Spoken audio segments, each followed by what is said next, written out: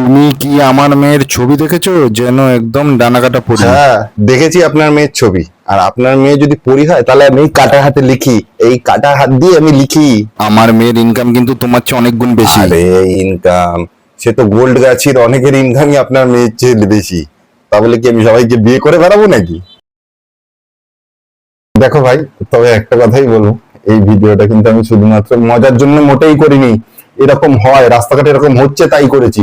সে একদম মেয়েগুলো করে তাও মানা যায়, ছেলেগুলো হ্যাঁ হ্যাঁ হ্যাঁ কুত্তার মধ্যে হ্যাঁ লোক জিভ ললকাতে ললকাতে দেখবে যে কখন একটু কিছু দেখা যায়।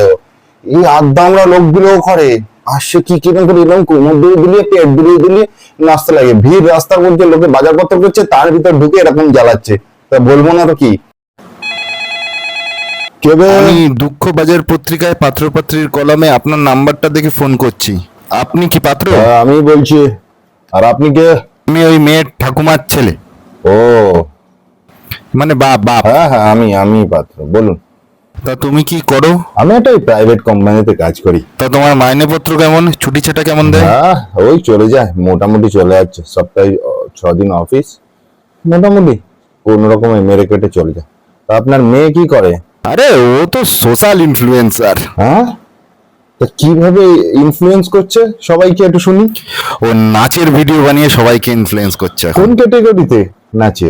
ভারতনাট্যম, ওডিসি, কত্থক, কথাকলি, মণিপুরি নাকি ওয়েস্টার্ন, হিপ হপ, এইগুলো বেলি ড্যান্স, ব্রেক ড্যান্স এইসব করে? হ্যাঁ, এগুলো আবার কি? ও তো নাচ দেখে শিখেছে। হ্যাঁ, দেখে শিখেছে।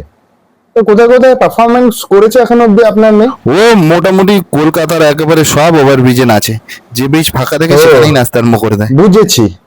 আমি তো এরকম নাচনেওয়ালিদের বিশাল ফ্যান, বিশাল বিশাল ফ্যান আপনাদের মতো, আপনার মেয়ের মতো এরকম নাচনেওয়ালিদের। আমি এদের সব ভিডিও দেখি, সব ভিডিওতে যাই আর খিস্তি দিই, সব ভিডিওতে খিস্তি দিই, কোনো একটা ভিডিও বাকি নেই, সব ভিডিওতে গিয়ে কমেন্টে খিস্তি করে আছি। আমার একদম ফেভারিট এরা। হয় এরা, মানে কি আর বলবো, এরা আবার নাকি ইনফ্লুয়েন্স করছে। হ্যাঁ, লজ্জা করে না? ইনফ্লুয়েন্স করছে। ওই অর্ধেক বুক বের করে এরম করে নাচছে, যে আর ছেলেগুলো করে তাকিয়ে থাকে যে এই বুঝি ছিটকে বেরিয়ে এলে দেখবো, এই বুঝি ছিটকে বেরিয়ে এলে দেখতে পাবো।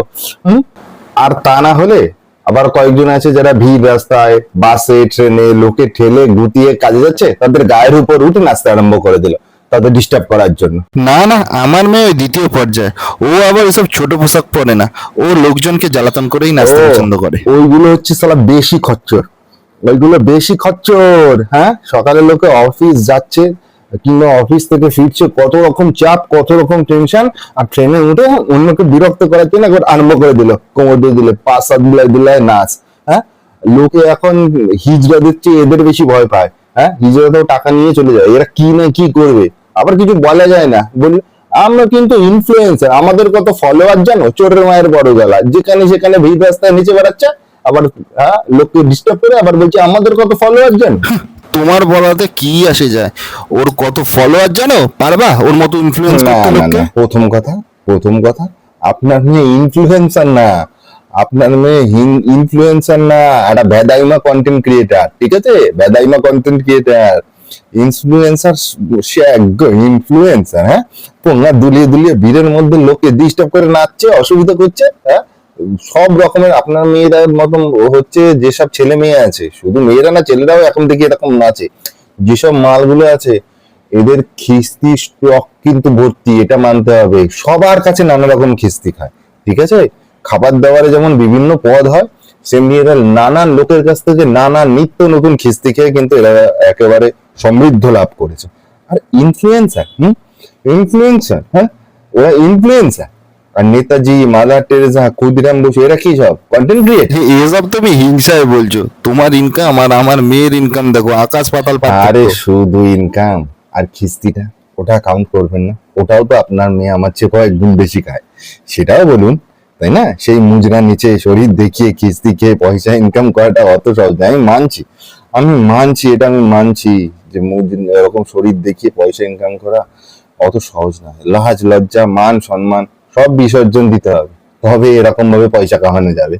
ও একজন আর্টিস্ট আর তুমি তার সম্বন্ধে এসব বলছো? হ্যাঁ, আর্টিস্ট, আর্টিস্ট না লবা, এখন ফোন রাখুন, আবার খিস্তি করব কাল। বড় লেখক, মিলাতেই তো পারলে না, লবা আর কাল মিললো কোথায়? আরে মিললো না মিললো, আপনার ঝাড়টা তো জ্বললো। আর কে বলেছে মিললেনি? হ্যাঁ, কে বলেছে?